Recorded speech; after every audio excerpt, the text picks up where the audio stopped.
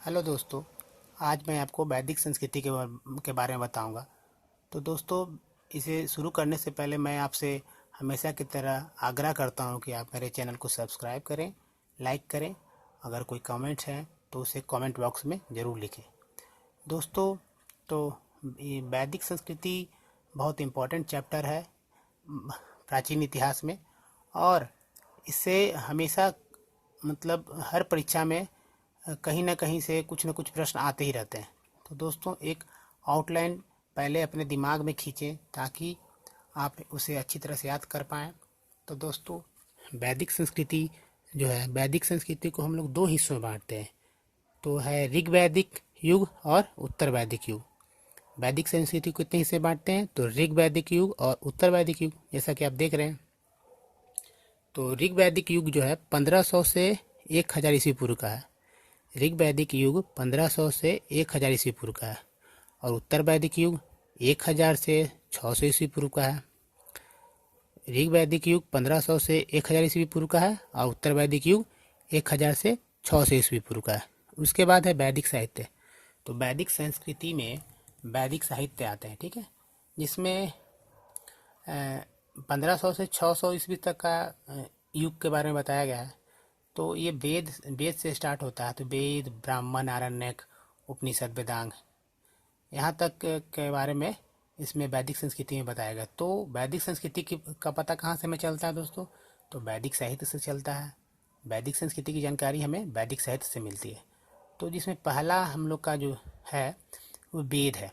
यानी कि वेद वेद ही सबसे बड़ा ग्रंथ है और प्रमाणिक ग्रंथ है। विश्व में सबसे प्रमाणिक ग्रंथ वेद ही माना जाता है। तो दोस्तों, वेद, तो वेद देखें, वेद है, सबसे पहले वेद लिखा गया, और वेद वेद के बाद ब्राह्मण लिखा गया, ठीक है। ब्राह्मण के बाद आरण्यक लिखा गया, आरण्यक के बाद उपनिषद लिखा गया, और उपनिषद के बाद वेदांग लिखा गया। तो दोस्तों, वैदिक साहित्य को 5 हिस्सों में बांटते हैं: वेद, ब्राह्मण, आरण्यक, उपनिषद, वेदांग। वेद, ब्राह्मण, आरण्यक, उपनिषद, वेदांग। तो क्रम भी यही है दोस्तों, कि वेद के बाद ही ब्राह्मण लिखे गए, ब्राह्मण के बाद ही आरण्यक लिखे गए, आरण्यक के बाद ही उपनिषद लिखे गए, और उसके बाद ही वेदांग लिखे गए, ठीक है। तो ये क्रम है, इसे आप क्रम को फिर से बोले: वेद, ब्राह्मण, आरण्यक, उपनिषद और वेदांग। दोस्तों, वैदिक साहित्य में ये 5 वैदिक साहित्य को 5 भागों में बांटते हैं, जिसमें से पहला है वेद। तो देखें दोस्तों, वेद, ये वेद है। तो वेद को हम लोग, वेद जो है हमारे वेद हैं वो 4 वेद हैं: ऋग्वेद, यजुर्वेद, सामवेद, अथर्ववेद। दोस्तों, आप जानते हैं कि वेद 4 होते हैं। तो दोस्तों, सबसे पहला वेद जो है वो ऋग्वेद है। उसके बाद दूसरा वेद जो है यजुर्वेद है, तीसरा सामवेद, चौथा अथर्ववेद। तो ऋग्वेद में दोस्तों जो है आर्यों के बारे में लिखा गया है, और भी बहुत सारी चीज़ें लिखी गई हैं, ठीक है। ये ऋग्वेद है, जो मैं आपको इसके बारे में अलग से डिटेल बताऊंगा। तो सिर्फ यहाँ पर मेरा उद्देश्य है कि आप एक आउटलाइन दिमाग में खींच लें। तो वेद जो है 4 होते हैं: ऋग्वेद, यजुर्वेद, सामवेद, अथर्ववेद। यजुर्वेद है, सामवेद है, संगीत का जनक है, और अथर्ववेद में जो रोग, बीमारी, जादू टोना आदि के बारे में बताया गया है। तो वेद 4 होते हैं दोस्तों: ऋग्वेद, यजुर्वेद, सामवेद, अथर्ववेद, ठीक है। उसके बाद दोस्तों, वेद, ये 4 वेद हैं। तो 4 वेद के जैसा कि ऊपर मैंने बताया था कि वेद के बाद ब्राह्मण आया, ब्राह्मण के बाद आरण्यक आया, और उपनिषद आया। तो मैं दोस्तों यहाँ पर ये 4 वेद के चार वेद के जो ब्राह्मण हैं, मतलब कि ऋग्वेद के लिए अलग ब्राह्मण है, यजुर्वेद के लिए अलग ब्राह्मण, सामवेद के लिए अलग ब्राह्मण, और अथर्ववेद के लिए अलग ब्राह्मण है। तो मैं बताऊंगा कि ऋग्वेद के लिए कितने कौन से ब्राह्मण है, यजुर्वेद के लिए कौन से ब्राह्मण है, सामवेद के लिए कौन से ब्राह्मण है, और अथर्ववेद के लिए कौन से ब्राह्मण है। तो दोस्तों, ये देखिए, अब मैं ब्राह्मण पे आऊँगा।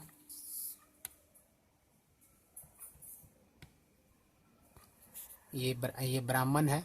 तो ब्राह्मण ग्रंथ है। तो ब्राह्मण में जैसा कि देख रहे होंगे दोस्तों, ऋग्वेद है। तो ऋग्वेद के लिए ऐत्रेय और कौशिक की। ऋग्वेद के लिए क्या है? ऐत्रेय और कौशिक की। ऋग्वेद में 2 ब्राह्मण है। उसके बाद है यजुर्वेद में शतपथ और तैत्तिरीय ब्राह्मण है। यजुर्वेद के लिए 2 ब्राह्मण है, शतपथ और तैत्तिरीय। सामवेद के लिए 3 ब्राह्मण है, पंचविश, षड्विश और छांदोग्य। सामवेद के लिए पंचविश, षड्विश और छांदोग्य। और अथर्ववेद के लिए गोपद ब्राह्मण है। अथर्ववेद के लिए गोपद ब्राह्मण है। उसके बाद है कि जब वेद ब्राह्मण और ब्राह्मण के बाद आता है आरण्यक। तो आरण्यक भी ऋग्वेद के, यजुर्वेद के, सामवेद के, अथर्ववेद के अलग अलग आरण्यक हैं। तो ऋग्वेद के जो ब्राह्मण है ऐत्रेय कौशिकी, तो एकदम उसी सेम वही नाम है आरण्यक का। ऋग्वेद के आरण्यक है। तो दोस्तों ये रहा आरण्यक। तो देखिए ऋग्वेद का आरण्यक का नाम है ऐत्रेय कौशिकी, जैसे कि ब्राह्मण का नाम था ऐत्रेय कौशिकी। उसके बाद है यजुर्वेद का आरण्यक है बृहदारण्यक और मैत्रायणी। यजुर्वेद का आरण्यक है बृहदारण्यक और मैत्रायणी। उसके बाद है सामवेद का आरण्यक है जैमिनी अच्छांदोग्य। सामवेद का आरण्यक है जैमिनी अच्छांदोग्य। और अथर्ववेद में कोई आरण्यक नहीं है। आरण्यक ये जंगल में लिखे गए जो पुस्तकें थी वे हैं। उसके बाद उपवेद, तो हर 4 वेद हैं, ऋग्वेद, यजुर्वेद, सामवेद, उनके चार उपवेद भी हैं। ठीक है। तो ऋग्वेद के उपवेद हैं आयुर्वेद, यजुर्वेद के उपवेद हैं धनुर्वेद, गंधर्ववेद के उपवेद हैं सामवेद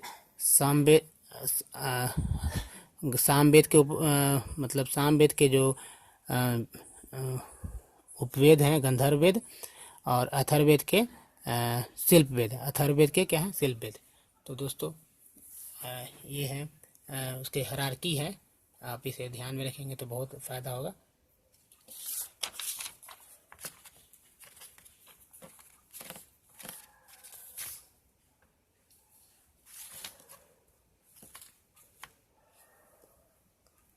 ऋग्वेद, तो ऋग्वेद के बारे में तो ऐसे ऋग्वेद के बारे में जान लें। तो ऋग्वेद देवताओं की स्तुति से संबंधित रचनाओं का संग्रह है।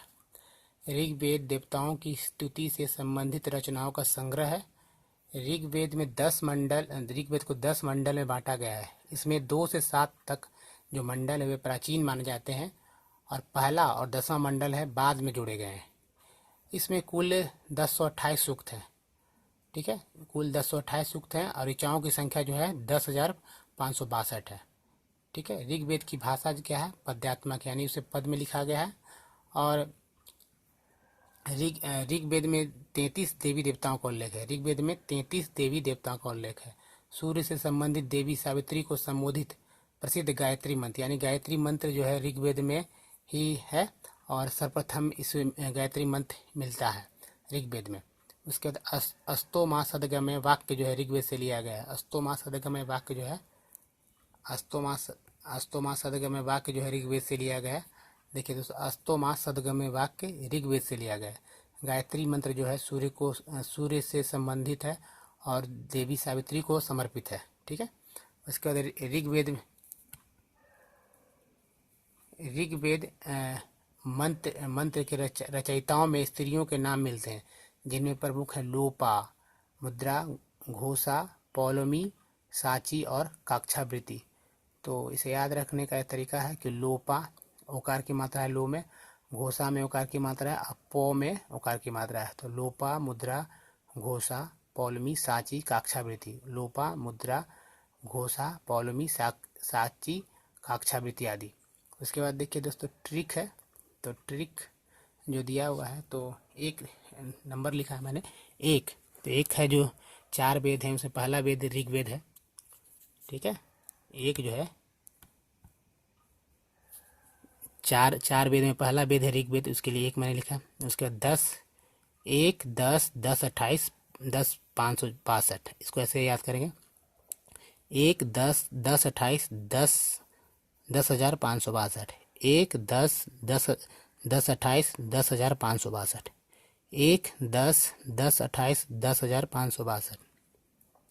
1, 10, 28, 10,562। 1, 10, 28, 10,562। तो एक जो है ऋग्वेद के लिए 10 जो है मंडल है, और 10, 28 जो है सूक्त है, और 10,562 जो है श्लोक है यानी ऋचाएँ हैं। उसके बाद है 33 देवी देवता, ब्राह्मण 2, आरण्यक 2 और उपवेद 1। तो 33,221 33,221 33,221। तो 33 देवी देवता, ब्राह्मण 2 हैं, आरण्यक भी 2 और उपवेद भी 1।